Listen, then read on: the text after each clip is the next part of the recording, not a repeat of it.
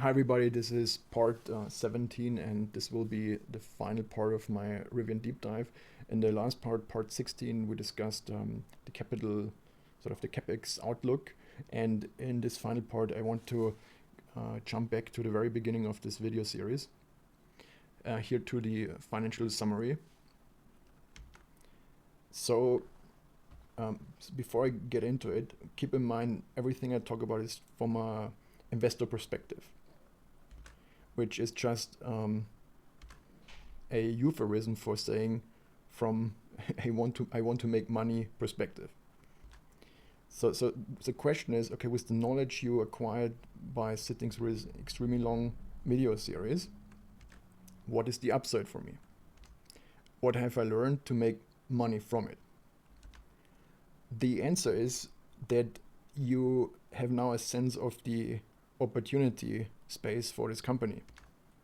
What does opportunity space mean? It means how much upside is there relative to downside.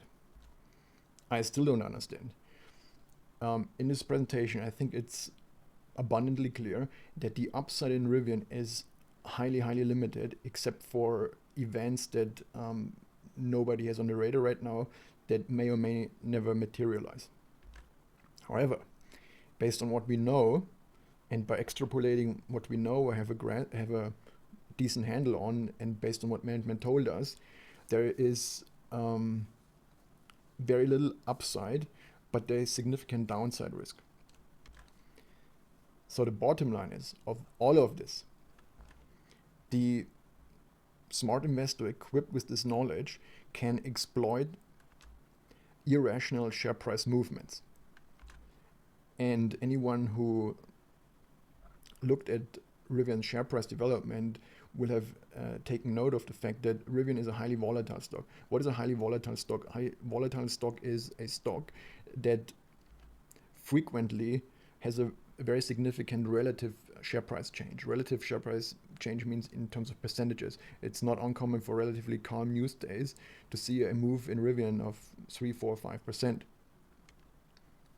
Since the upside in the stock appears to be limited by operational performance, this suggests a specific type of trading strategy.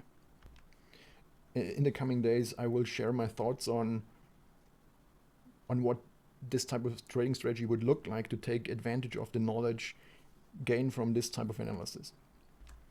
This is not trading advice. With that, I close this video series. I hope this was informative and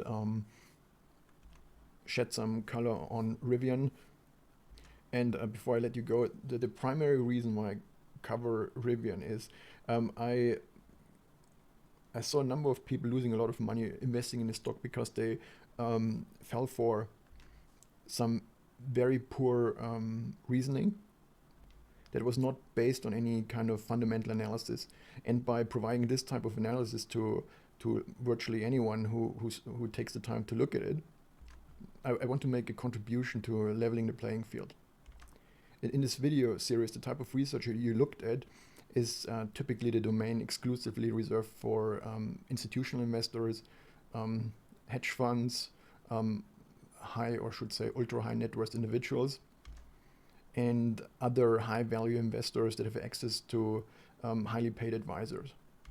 With that, thank you very much for listening, and stay tuned for my analysis of actionable trading strategies. Bye.